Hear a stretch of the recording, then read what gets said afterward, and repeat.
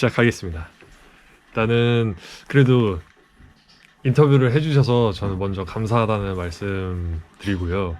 사실 저는 토론토에서 4개월 정도 지내다가 지금 영주권이라는 것을 듣고 또 SIMP를 통해서 사스케추안에서 일을 하면 조금 더 수월하게 진행을 할 수 있다고 해서 지금 여기 지역에 왔는데, 실제로 사스케추안에서 6년 정도 일을 하셨다고 저는 들었고, 어떻게 해서 일단은 또 사스케추안에 오시게 된지 일단 그런. 나 같은 경우는 온 이유는 일단은 영주권을 받아야 됐다는 생각이 제일 컸고, 네. 근데 밴쿠버나 토론토 같은 큰 도시에 가서 일을 하면서, 그러니까 예를 들면 내가 준비했을 때 투자임의는 다 막힌 상태였고, 그러니까 돈을 주고 영주권을 받는 형태의 투자임의는 다 막힌 상태고, 네. 그리고 내가 가족이 있는 것도 아니고 그런 가정 좋은데 취업이 있는 거고 해서 네. 직장을 얻은 상태에서 영주권을 받는 게 제일 빠른 길이니까 그게 네. 유일한 길이었고, 그리고 알겠지만 SIMP나 MIMP나 무슨 뭐 BCIMP 같이, 그러니까 주정부 SIMP가 결국 무슨 뜻이냐면 사스카츄안 노미네이션 이미그레이션 프로그램이거든. 그러니까 주정부에서 이 사람이 필요합니다라고 연방정부 추천하는 케이스이기 때문에 그게 SIMP의 개념이고, 그러면 주정부 추천을 받아서 넘어가면 그거 갖고 점수가 나오잖아. 그러니까 연방 이민이라는 건 결국 점수제로 나가는 거니까. 그러니까 SIMP를 받으면 연방에서 그 점수가 이미 어느 정도 높아 이상이 되기 때문에 영주권을 주는 형태가 된 거고. 사스카츄안이라는 건 결국은 알다시피 와서 봤겠지만 사스카츄안이 그렇게 막 사람이 많은 도시도 아니고 여기는 이민을 받아야 되는 데니까 여기서 받으면 연방에서 어차피 영주권을 빨리 나올 수밖에 없는 상태니까, 그래서 여기서 와서 일을 한 거고. 네. 그러면은 처음에 오실 때부터 사실 짧은 프로세싱 때문에 오신 거라고 봐도 될 텐데, 긴 시간을 일을 하셨잖아요. 혹시 중간에 어떤 문제라던가 그런 게 발생을 했기 때문에 그러셨던 것 같은데, 뭐 그런 거에 있어서 어떤 문제가 발생할 수 있는지 그런 경우의 수 같은 걸 조금 알려주시면.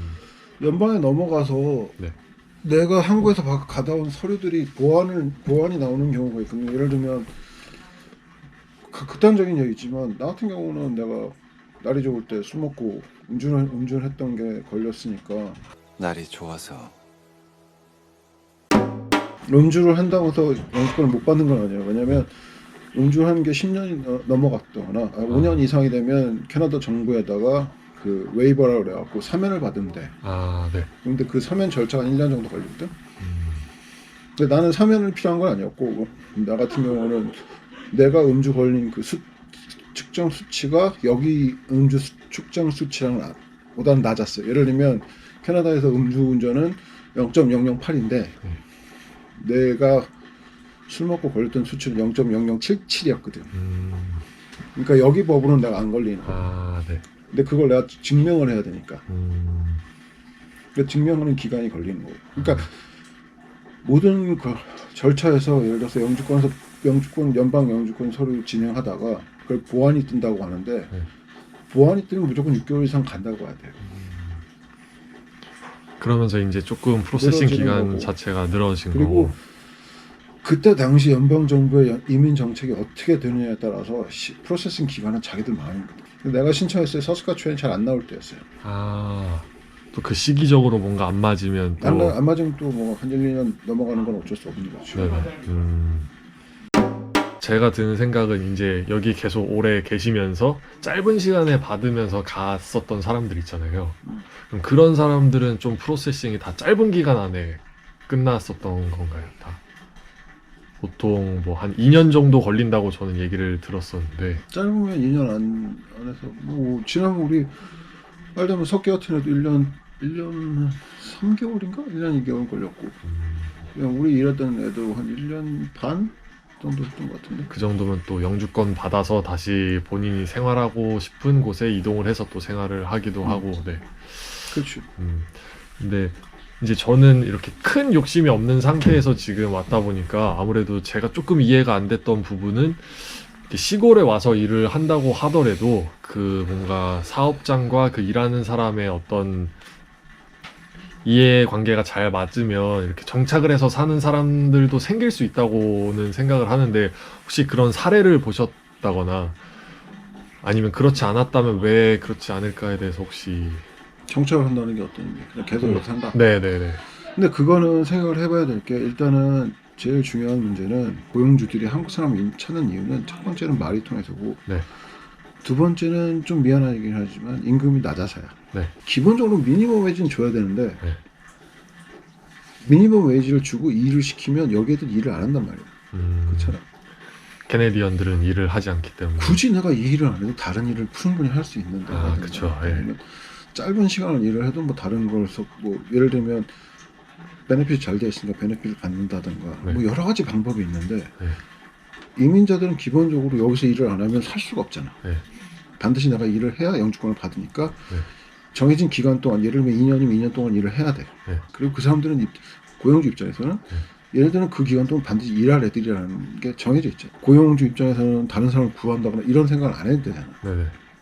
내가 서포팅하는 동안은 이 사람은 일을 할 것이다. 네. 그러니까 겪어봐서 알겠지만 사람을 뽑고 안 들이고 이것도 어떻게 보면 고용주에서 엄청난 스트레스거든. 아, 네, 그렇죠.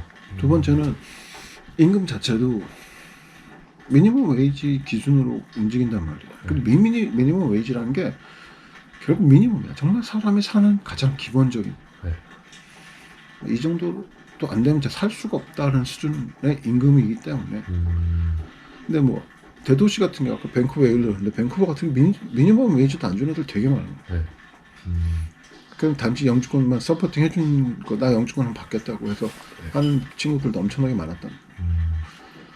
그러다 보니까 그런 상황에서 한 2년 지나서 영주권을 받았어, 내가. 그러면 누가 거기서 더 일을 하겠냐고. 내가 충분히 다른 직장을 구한다거나 똑같은, 예를 들어서 내가 똑같은 일을 해도 캐나다 고용주한테 가면 돈을 더 받는데 네. 그리고 적어도 뭐 시간도 정확하게 지켜주고 나는 운이 좋은 편이야. 내가 일하는 애들이 나한테 시간을 안 지킨다든가 아니면 임금 갖고 장난친다든가 이런 게 하나도 없었으니까. 네.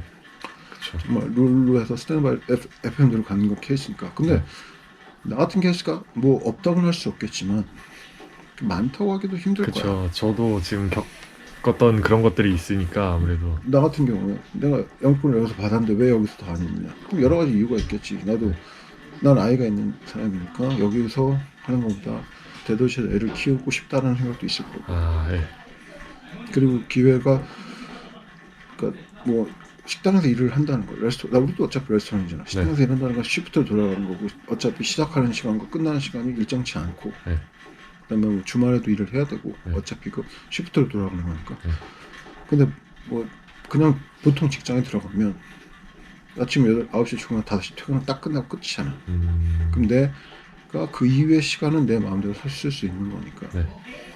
근데 똑같이 8시간 일을 해도 예를 들면 뭐 12시에 출근해서 밤 8시, 9시, 10시에 끝난다.